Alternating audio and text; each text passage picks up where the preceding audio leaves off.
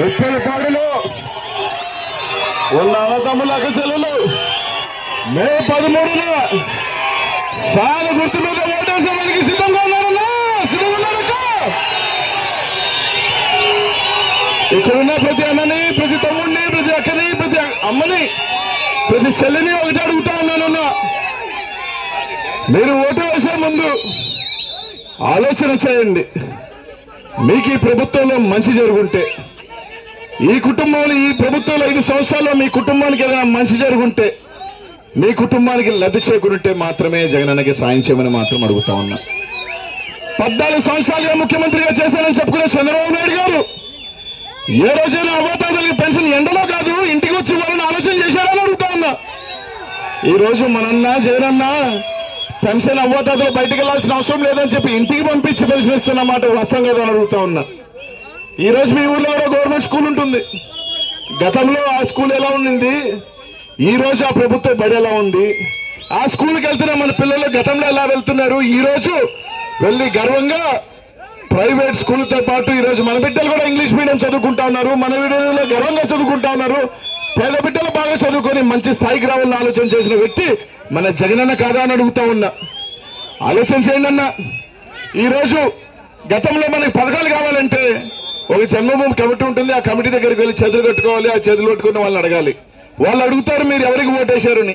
సైకిల్కి వేశారా, ఫ్యాన్కి వేశారా, లేకపోతే మా కండు కప్పుకుంటే ఇస్తామంటారు. కానీ ఈరోజు జగనన్న తెలుగుదేశం పార్టీ వాళ్ళకి కూడా మీరు ఎవరికి ఓటేశారని అడగకుండా ఓడిస్తున్న మాట వాస్తవం కదా అడుగుతా ఉన్నా, చైతేసిన మాట వాస్తవం కదా అని అడుగుతా ఉన్నా, పథకాలు ఇస్తున్న మాట వాస్తవం కదా అడుగుతా ఉన్నా. ఈరోజు పార్టీలు చూడకుండా, కులం చూడకుండా, మతం చూడకుండా ప్రతి పేదవాడు బాగుండాలని ఆలోచన చేసే వ్యక్తి ఈరోజు మన ముఖ్యమంత్రి జగన్మోహన్ రెడ్డి గారు. కానీ ఈరోజు ఎన్నికలు వచ్చే టైంకి ఏదో విధంగా పదవి చేపట్టాలి, ఏదో విధంగా ముఖ్యమంత్రి అయిపోవాలి. అసలే వయసు భయపడి మీద 75 దాటేసి వచ్చే 5 సంవత్సరాల తర్వాత ఈ పార్టీ ఏముంటుందో ఏమో తెలియదు. ఈసారి ఓడిపోతే నేనేమి రాజశేఖర రెడ్డి గారి లాగా పులిబిడ్డను కనలేదు, ఒక ముద్ద పప్పుని కన్నాను, ఒక తుప్పుని కన్నాను. ఈ పార్టీని ముంచుతాడా తేలుస్తాడా తెలియని పరిస్థితిలో ఉంది. కాబట్టి ఎలాగైనా అధికారంలోకి రావాలి అని అక్కడ మోడీ కాళ్ళు, పవన్ కళ్యాణ్ కాళ్ళు పట్టుకున్నాడు.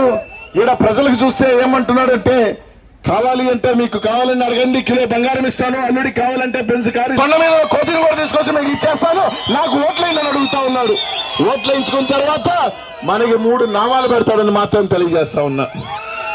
ఆలోచన చేయండి. మనకి పాలిచ్చే గేదె లాంటి ప్రభుత్వం కావాలా, లేకపోతే దురపోతు కావాలని మాత్రం ఆలోచన చేయండి. ఆలోచన చేయండి అమ్మా.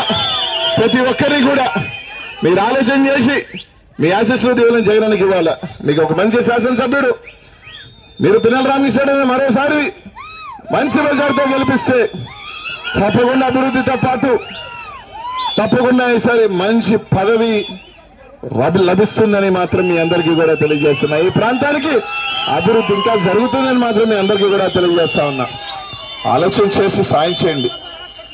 ఈరోజు ప్రతి ఒక్కరిని ఒకటి అడుగుతా ఉన్నాం.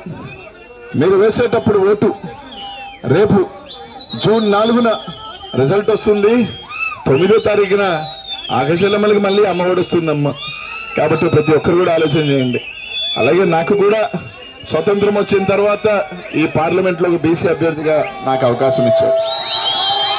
నేను ఈ ప్రాంతానికి కొత్తేమో కావచ్చు, అది రాజకీయాలకైతే కొత్త కాదు. చిన్న వయసులోనే భగవంతుడి దయ వల్ల, జగన్మోహన్ రెడ్డి గారి ఆశీస్సుల వల్ల 2 సార్లు ఎమ్మెల్యే అయ్యా, మంత్రి అయ్యా, మన నెల్లూరు నగర ప్రజల ఆశీస్సుల వల్ల మంత్రి అయ్యా. ఈరోజు అక్కడే ఉండుంటే నేను మళ్ళీ కూడా మంత్రి అయ్యేవాడిని. నాకు అప్పుడప్పుడు అనిపిస్తుంది, నాకు కొంచెం అందరిలాగే నేను కూడా జాతకం చూపించుకుంటుంటా. అదే నీకు మంచి పదవి ఉంది, 2024లో మంచి మళ్ళీ పెద్ద పదవి ఉంది, మళ్ళీ పై స్థాయికి పోతా ఉంటే జగన్మోహన్ రెడ్డి గారు పిలిచి నేను మళ్ళీ మంత్రి అవుతాలే, ఇంకేముంది అంతకైనా పెద్ద పదవి అనుకున్నా. కానీ జగనన్న పిలిచి నువ్వు ఎంపీగా పోవాలంటే మంత్రి తీసేసాడే బా ఏందనుకున్నా. కానీ నిజంగా చెప్తా ఉన్నా, గర్వంగా కూడా చెప్తా ఉన్నా, మంత్రి కన్నా ఈరోజు పల్నాడులో నాకు ఒక మంచి స్థానం ఇచ్చాడు. 7 నియోజకవర్గాలలో నాకు ఒక స్థానాన్ని ఇచ్చాడు. నేను బాగా అంటే ఎమ్మెల్యేతో ఒక నియోజకవర్గానికి ఏమంటేమో, కానీ ఈరోజు 7 నియోజకవర్గాలలో ప్రతి ప్రాంతానికి వెళ్తా ఉంటే వాళ్ళు నాకు దీవిస్తూ, నన్ను ఆశీర్వదిస్తూ, నన్ను స్వాగతిస్తున్న తీరు చూస్తుంటే అప్పుడప్పుడు అనిపిస్తుందండి, మంచి స్థానానికి వెళ్తాను అంటే ఒక జిల్లాలో 7 నియోజకవర్గాల్లో ప్రతి ఊర్లోనూ ప్రతి ఒక్కరు కూడా మనసుల్లో నాకు చోటు లభించింది అంటే ఇంతకన్నా పెద్ద స్థానం ఏముంటుంది అని మాత్రం ఈరోజు గర్వంగా కూడా చెప్తా ఉన్నా, చాలా సంతోషంగా కూడా చెప్తా ఉన్నా.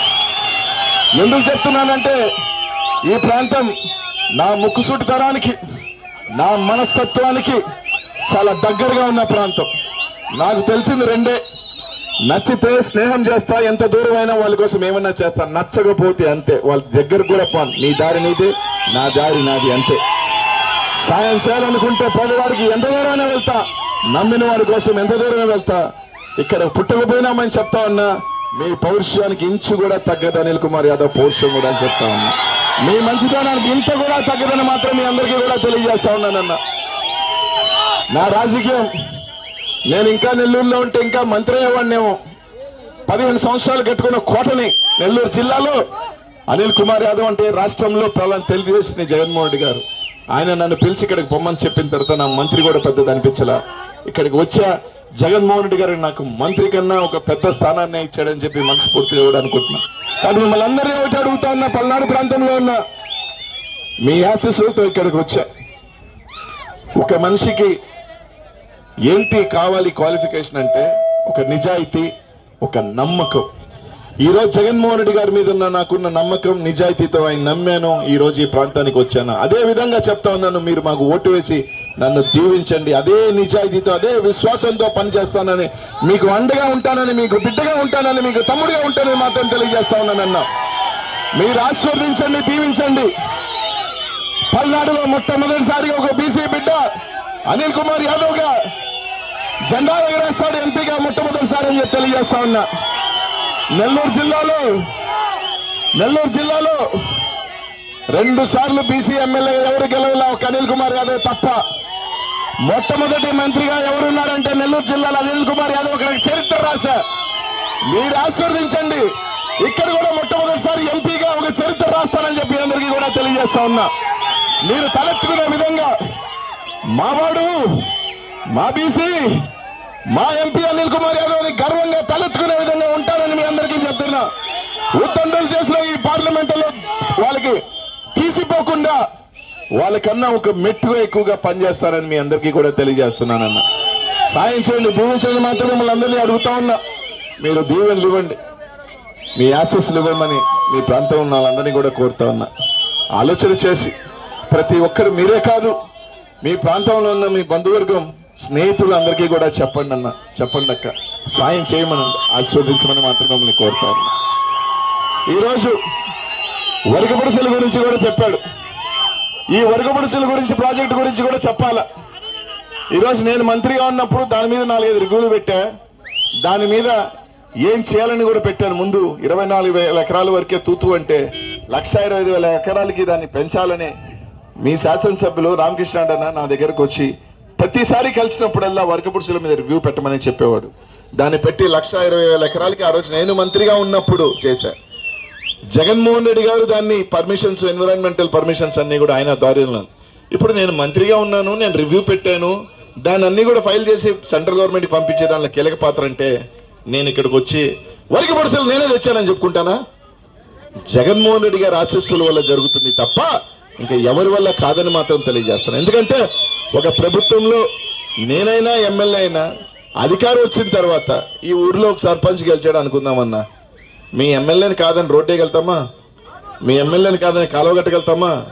మీ ఎమ్మెల్యేని కాదని అంటే సర్పంచ్ పనిచేస్తాడు, కానీ ఆశీస్సులు ఎవరి?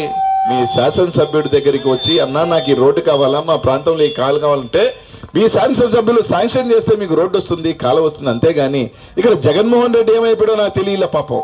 జగన్మోహన్ రెడ్డి గారు క్యాబినెట్ లో పెట్టి దాన్ని పర్మిషన్స్ ఇచ్చి టెండర్ పెడితే అవన్నీ తూతూ మంత్రం నేను తెచ్చానని కొందరు చెప్పుకుంటా ఉన్నారు. ఖచ్చితంగా ప్రతి ఒక్కరు కూడా పాత్ర 5% 10% ఉంటుంది, కానీ కీలక పాత్ర మాత్రం చెప్తా ఉన్నా. ఇది గుండెల్లో నుంచి చెప్తా ఉన్నా. ఇది ఎక్కడ ముక్కు చూడతాను, ఇక్కడ నా పక్కన రామకృష్ణ అన్నాడని చెప్పట్లా, ఖచ్చితంగా చెప్తా ఉన్నానన్న. వర్గపొడిసెలకి ఇక్కడికి వచ్చేదానికి కీలక భాగం మీ శాసనసభ్యులే. ముమ్మాటికి రామకృష్ణారెడ్డి నేను చెప్తాను చేస్తాను. ఈరోజు ఏదో ఎన్నికలు వచ్చాయి, ఓట్లు వచ్చాయని నేను చెప్పట్లా, ఇది నిజం. కాబట్టి అందరూ కూడా ఆలోచించండి. తప్పకుండా వర్గపొడిసెలు కూడా పూర్తవుతుంది 5 సంవత్సరాలలో. ఈ వెల్దుర్తిది అయితే ఖచ్చితంగా 8 నెలల్లోనే పూర్తవుతుంది, మీకు నీళ్లు వస్తాయి అని చెప్పి మాత్రం తెలియజేస్తున్నా. రెండో ఫేజ్ కావాలంటే 1 సంవత్సరం 2 సంవత్సరాలు పడుతుందేమో, కానీ మొట్టమొదటి ఫేజ్ మాత్రం 8 నెలల్లోనే పూర్తయి ప్రతి ప్రాంతానికి ఈ ప్రాంతానికి అంతా కూడా నీళ్లు వస్తాయని మాత్రం మీ అందరికీ కూడా తెలియజేస్తున్నాం. కాబట్టి మంచి చేస్తాం. మీ అందరు ఆశీస్సులు దీవెనలేండి. మీ అందరికీ ఒకటే చెప్తా ఉన్నా, ఫ్యాన్ కింద ఉంటే చల్లగా ఉంటుందన్నా. ఫ్యాన్ కింద వేసుకుంటే చల్లటి గాలిస్తుంది. అలాగే జగనన్న ఓటేసుకుంటే మన కుటుంబాలు కూడా చల్లగా ఉంటాయి. అలాగే కానీ తుప్పుపట్టిన సైకిల్, ఎండలో ఉన్న సైకిల్ వేసుకుంటే వడదెబ్బ వస్తుందని మాత్రం మీ అందరికీ కూడా తెలియజేస్తున్న, ఆరోగ్యాలు పాడైపోతాయి. కాబట్టి మన కుటుంబాలు చల్లగా ఉండాలంటే ఫ్యాన్ని గరగర గరగరా చెప్పండి అన్న, ఇదిలో చెప్పండి. ప్రతి ఒక్కరికి చెప్తా ఉన్నా, సాయం చేయమని, మీ ఆశీస్సులు ఇవ్వమని, మీ దీవెనలు ఇవ్వమని చెప్తా ఉన్నా. చంద్రబాబు నాయుడు ఇక్కడికి వచ్చి గురజాలకు వచ్చి ఒక మాట చెప్పాడు, అనిల్ కుమార్ యాదవ్ని తంతే చెన్నైలోకి పోతానని.